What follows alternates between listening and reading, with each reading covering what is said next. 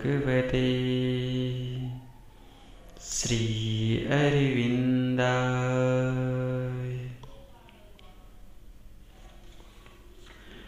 हमारा योग और उसके उद्देश्य। यह पुस्तक श्री अरविंद की द योग एंड इट्स ऑब्जेक्ट्स नामक अंग्रेजी पुस्तक का हिंदी अनुवाद है। इसमें श्री अरविंद ने अपने दृष्टिकोण से योग के तात्पर्य को सरल, स्पष्ट और संक्षिप्त रूप में समझाया है। इसमें साधना की भी कुछ सार बातें आ गई हैं। हमारा योग और उसके उद्देश्य। जिस योग की साधना हम करते हैं वह केवल हमारे लिए ही नहीं प्रत्युत भगवान के लिए है। उसका उद्देश्य है इस जगत में भगवान की इच्छा को कार्यान्वित करना, एक आध्यात्मिक रूपांतर साधित करना और मनुष्य जात की मनोमय, प्राणमय और अन्नमय प्रकृति और जीवन के अंदर दिव्य प्रकृति और दिव्य जीवन को उतार लाना। उसका उद्देश्य व्यक्तिगत मुक्ति नहीं है, यद्यपि मुक्ति योग की एक आवश्यक अवस्था है, बल्कि उसका उद्देश्य है मानव सत्ता की मुक्ति और रूपांतर सिद्ध करना। हमारा उद्देश्य व्यक्तिगत रूप से आनंद पाना नहीं है, बल्कि हमारा उद्देश्य है दिव्य आनंद को, ईसा के स्वर्गीय राज्य को, हमारे सत्ययुग को पृथ्वी पर उतार लाना। मोक्ष की हमें व्यक्तिगत रूप से कोई आवश्यकता नहीं, कारण आत्मा तो नित्य मुक्त है और बंधन केवल भ्रम है। हम तो बद्ध होने का अभिनय मात्र करते हैं, वास्तव में हम बद्ध नहीं हैं। जिस समय भगवान की इच्छा होगी उसी समय हम मुक्त हो सकते हैं, क्योंकि वह हमारे परम आत्मा ही इस लीला के अधीश्वर हैं और उनकी कृपा और आज्ञा के बिना कोई आत्मा इस लीला से अलग नहीं हो सकता। बहुधा हमारे अंदर यह भगवान की ही इच्छा होती है कि मन के द्वारा अज्ञान का, द्वंद्वों का, हर्ष और शोक का, दुख और सुख का, पुण्य और पाप का, भोग और त्याग का रसास्वादन किया जाए। बहुत दीर्घ काल तक बहुत से देशों में तो वह योग का कभी विचार तक नहीं करते, बल्कि इसी लीला को शताब्दियों खेला करते हैं और इससे जरा भी नहीं थकते। इसमें कोई बुराई नहीं, ऐसी कोई बात नहीं जिसे हम दोष दें या जिससे मुंह मोड़ें। यह तो भगवान की लीला है। वही मनुष्य बुद्धिमान है जो इस सत्य को स्वीकार करता और अपनी स्वतंत्रता को मानते हुए भी भगवान की इस लीला में भाग लेता है और इस लीला की पद्धति में परिवर्तन करने के लिए उनके आदेश की प्रतीक्षा करता है। उनका आदेश अब हो चुका है। भगवान सदा ही अपने लिए एक ऐसा देश चुनकर रखते हैं जिसमें थोड़े या बहुत से लोग सब प्रकार की संभावनाओं और विपत्तियों में से गुजरते हुए उच्चतर ज्ञान को सदा सर्वदा सुरक्षित रखते हैं। और वर्तमान काल में कम से कम इस चतुर्युग में वह देश है भारतवर्ष। जब कभी वह अज्ञान का, द्वंद्वों का, संघर्ष और क्रोध और दुख और दुर्बलता और स्वार्थपरता का, तामसिक और राजसिक सुखों का, थोड़े में कहें तो कल की लीला का पूरा पूरा उपभोग करना चाहते हैं, तब वह भारत के ज्ञान को धुंधला बना देते और उसे दुर्बलता और अवनति के गड्ढे में डाल देते हैं, जिससे वह आत्मसंवरण कर ले और उनकी लीला की इस गति में किसी प्रकार का हस्तक्षेप न करे। जब वे इस कीचड़ से ऊपर उठना चाहते हैं और ये चाहते हैं कि नर में जो नारायण हैं वे फिर एक बार शक्तिशाली, ज्ञानवान और आनंदपूर्ण बन जाएं, तब वे पुनः भारत के ऊपर ज्ञान की वर्षा करते और उसे ऊपर उठाते हैं, जिससे वह भारतवर्ष समस्त संसार को ज्ञान दे सके और उस ज्ञान के अवसंभावी फल, बल, बुद्धि और आनंद दे सके। जब ज्ञान की गति संकुचित हो जाती है, तब भारत के योगी संसार से अलग होकर केवल अपनी मुक्ति या आनंद के लिए या अपने कुछ शिष्यों की मुक्ति के लिए योग अभ्यास करते हैं। परंतु जब ज्ञान की गति पुनः प्रसारित होती है और उसके साथ ही साथ भारत का आत्मा भी प्रसार लाभ करता है, तब वे फिर सामने आते और संसार में तथा संसार के लिए कार्य करते हैं। तब जनक, अजातशत्रु और कार्तवीर्य जैसे योगी फिर से संसार के राज सिंहासनों पर आरूढ़ होते और विभिन्न राष्ट्रों पर शासन करते हैं।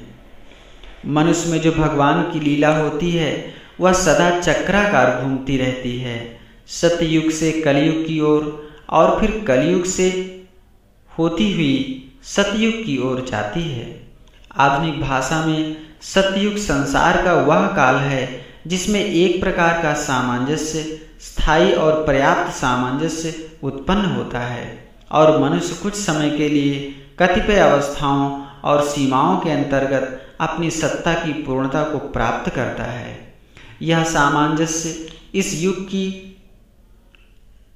प्रकृति में ही विद्यमान रहता है और उसे एक सुप्रतिष्ठित पवित्रता की शक्ति धारण किए रहती है, परंतु उसके बाद यह सामंजस्य भंग होने लगता है और त्रेता युग में इसे मनुष्य व्यष्टिगत और समष्टिगत संकल्प शक्ति के द्वारा संभाले रखता है। आगे चलकर यह और भी अधिक भंग होता है और द्वापर युग में मनुष्य बौद्धिक विधान और सार्वजनिक सम्मति और शासन के द्वारा इसे संभाले रखने का प्रयास करता है। फिर कलयुग में आकर यह पूर्ण रूप से भग्न अवस्था को प्राप्त होता और अंत में नष्ट हो जाता है। परंतु कलि एकदम अशुभ ही नहीं है। इसमें एक नवीन सतयुग, एक दूसरे सामंजस्य, एक उच्चतर पूर्णता के लिए आवश्यक अवस्थाओं का उत्तरोत्तर निर्माण होता है। इस कलयुग में जो समाप्त हो चुका है पर जिसका प्रभाव अभी तक चल रहा है और जिसका यह प्रभाव भी अब समाप्ति पर ही है, प्राचीन ज्ञान और संस्कृति का प्रायः नाश हो गया है। उस ज्ञान और संस्कृति के केवल इन्हीं गिने अंश ही वेदों, उपनिषदों और अन्य धर्म ग्रंथों में तथा संसार की उल्टी सीधी परंपराओं के रूप में हमारे लिए बचे हुए हैं। परंतु अब वह समय आ गया है जब ऊपर की ओर जाने के लिए पहला पग उठाया जा सकता है। एक नवीन सामंजस्य और पूर्णता को स्थापित करने के लिए प्रथम प्रयास किया जा सकता है। यही कारण है कि आज मनुष्य के समाज, ज्ञान, धर्म और सदाचार की पूर्णता के विषय में इतने तरह के विचार फैल रहे हैं, परंतु सच्चे सामंजस्य का पता अभी तक किसी को नहीं मिला है। केवल भारतवर्ष ही इस सामंजस्य का पता लगा सकता है, क्योंकि मनुष्य की वर्तमान प्रकृति में केवल थोड़ा बहुत हेर फेर करके नहीं, वरन उसका परिवर्तन करके ही यह सामंजस्य विकसित किया जा सकता है। और यह परिवर्तन योग के बिना कदापि नहीं हो सकता। आजकल मनुष्य और सभी वस्तुओं की प्रकृति बेमेल हो गई है, उसकी सुर संगति बेसुरी हो गई है। उसे सामंजस्यपूर्ण बनाने के लिए मनुष्य के समूचे हृदय, कर्म और मन को परिवर्तित करना होगा, पर यह परिवर्तन अंदर से करना होगा, बाहर से नहीं। न तो राजनीतिक और सामाजिक संस्थाओं के द्वारा, न धार्मिक मतवादों तथा दर्शन शास्त्रों के ही द्वारा करना होगा, बल्कि अपने अंदर और जगत के अंदर भगवान की उपलब्धि करके और उस उपलब्धि के द्वारा जीवन को एक नए सांचे में ढाल करके करना होगा। यह परिवर्तन केवल पूर्ण योग के द्वारा ही हो सकता है, जो एक ऐसा योग है जिसकी साधना किसी विशेष प्रयोजन की सिद्धि के लिए नहीं, भले ही वह प्रयोजन मुक्ति या आनंद प्राप्त करना ही क्यों न हो, बल्कि अपने अंदर और दूसरों के अंदर दिव्य मानवता को चरितार्थ करने के लिए ही की जाती है। इस उद्देश्य की सिद्धि के लिए हठ योग और राजयोग की साधनाएं पर्याप्त नहीं हैं और न त्रिमार्ग, ज्ञान, कर्म और भक्ति ही यह कार्य पूरा कर सकता है। इसके लिए हमें और भी ऊपर उठना होगा और अध्यात्म योग का आश्रय ग्रहण करना होगा। इस अध्यात्म योग का मूल सिद्धांत है ज्ञान की दृष्टि से उन समस्त वस्तुओं को जिन्हें हम देखते तो नहीं पर जिन्हें हम जानते हैं, मनुष्य, वस्तुएं, स्वयं हम, घटनाएं, देवता दानों और देवदूत, इन सबको एक परब्रह्म के रूप में अनुभव करना और कर्म तथा भाव की दृष्टि से उन परात्पर पुरुष को, विश्वातीत अनंत और विश्वव्यापी पुरुष को पूर्ण आत्मसमर्पण करना, जो एक साथ ही साकार और निराकार हैं, शांत और अनंत हैं, स्वात्म सीमित और असीम हैं, एक और बहु हैं तथा ऊपर रहने वाले केवल देवताओं को ही नहीं बल्कि यहाँ नीचे रहने वाले मनुष्य, कीट और मिट्टी के ढेले तक को अपनी सत्ता से परिपूरित करते हैं। यह समर्पण पूर्ण होना चाहिए, कुछ भी अपने लिए बचाकर नहीं रखना चाहिए। कोई कामना, वासना, कोई मांग, कोई राय, यही होगा और वह नहीं हो सकता, यही होना चाहिए, वह नहीं होना चाहिए, ऐसी कोई भावना नहीं रखनी चाहिए। सब कुछ अर्पण कर देना चाहिए। हृदय जब सब प्रकार की कामनाओं से, बुद्धि सब प्रकार के हठों से मुक्त होनी चाहिए। प्रत्येक द्वंद्व का त्याग होना चाहिए। समस्त दृश्य और अदृश्य जगत को प्रच्छन्न दिव्य ज्ञान, शक्ति और आनंद की एक परम अभिव्यक्ति के रूप में देखना चाहिए। और जिस तरह एक इंजन अपने ड्राइवर के हाथों में निष्क्रिय बना रहता है, उसी तरह अपनी समूची सत्ता सौंप देनी चाहिए, जिससे दिव्य प्रेम, शक्ति और पूर्ण प्रज्ञा अपना कार्य कर सकें तथा अपनी दिव्य लीला चरितार्थ कर सकें।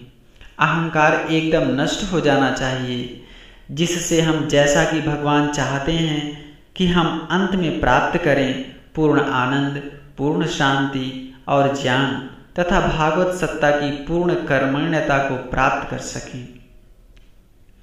पूर्ण आत्मसमर्पण का ये भाव यदि अपूर्ण रूप में भी स्थापित हो जाए तो फिर यौगिक क्रिया की कोई भी आवश्यकता नहीं रह जाती, कारण उस अवस्था में स्वयं भगवान हमारे अंदर साधक और सिद्ध बन जाते हैं और उनकी दिव्य शक्ति हमारे अंदर कार्य करने लग जाती है।